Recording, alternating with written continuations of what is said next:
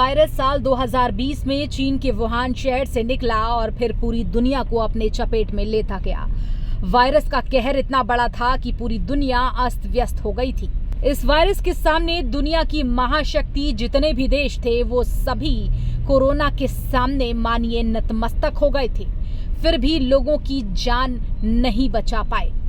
हर तरकीब सुझाई, हर वैक्सीन लगाई, लेकिन वायरस लाखों लोगों को अपना शिकार बनाता गया। अब कुछ जगहों पर लोग इस वायरस के कहर से अभी तक नहीं उभर सके हैं और एक बार फिर से भारत में ये दस्तक दे चुका है। जी हाँ, कोरोना वायरस फिर से पैर पसारने लगा है। भारत में हजारों लोग इससे संक्रमित हो चुके हैं। इलाज जारी है, कईयों की मौत हो चुकी है।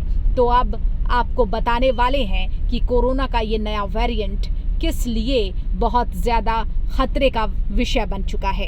एहतियात क्या क्या जरूरी है, कौन सी वो बातें हैं जो आपके लिए जानना जरूरी है, और आखिर एम्स के पूर्व डायरेक्टर रणदीप गुलेरिया क्या बताते हैं। आगे हम आपको वो सब कुछ बताएंगे। चूंकि देश भर में कोरोना के मामले फिर से बढ़ रहे हैं, एक्टिव केस 1000 पार हो चुके हैं, लोगों की चिंताएं बढ़ने लगी हैं, ऐसे में अलर्ट रहना ही होगा, क्योंकि कोरोना अभी गया नहीं, बस इसकी शक्लो सूरत बदल रही है। ऑफिस जा रहे हैं तो सावधान, घर से निकल रहे हैं तो सावधान, सब्जी खरीदने जा रहे हैं तो सावधान, और हाँ, अगर बच्चों को कहीं लेकर जा रहे हैं तो और भी ज्यादा सावधान। सुरक्षित रहना होगा। फिलहाल जो ये 2 नए वेरिएंट्स हैं जिनकी पहचान हुई है, उनके केस अचानक बढ़ रहे हैं। आखिर क्यों ये केस बढ़ रहे हैं, तो आपको बता दें कि कोरोना के मामलों में बढ़ोतरी के पीछे की वजह है ये नए वेरिएंट्स। ओमिक्रॉन के सब लाइनेज से जुड़े हैं ये वेरिएंट्स। ICMR और INSA-CoG की माने तो ये नए वेरिएंट्स और ज्यादा गंभीर हैं, लेकिन फैलने की क्षमता इनकी और भी ज्यादा है। ICMR पुष्टि कर चुका है देश के कुछ हिस्सों में कोरोना के जो नए मामले सामने आए हैं वो इन्हीं नए वेरिएंट्स के हैं, जिनके लक्षण ओमिक्रॉन जैसे हैं।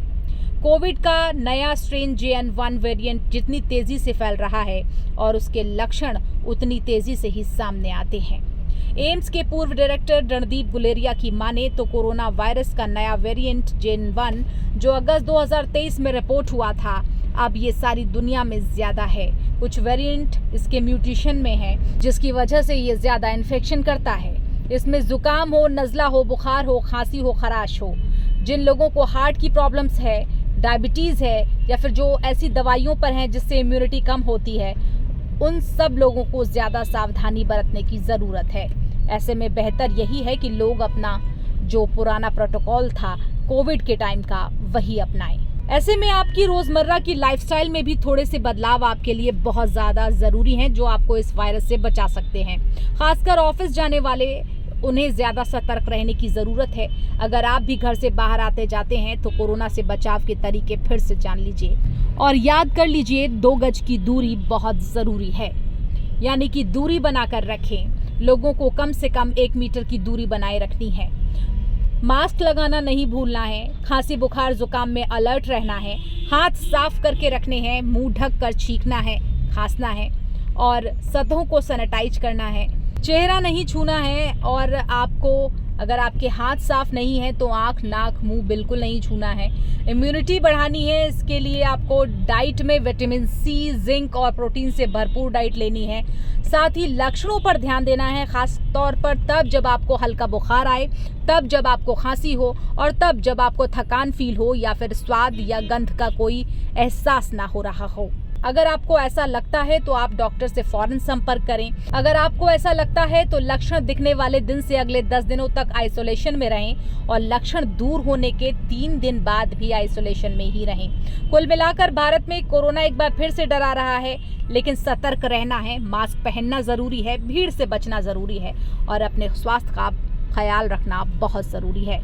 Bureau report, R news network.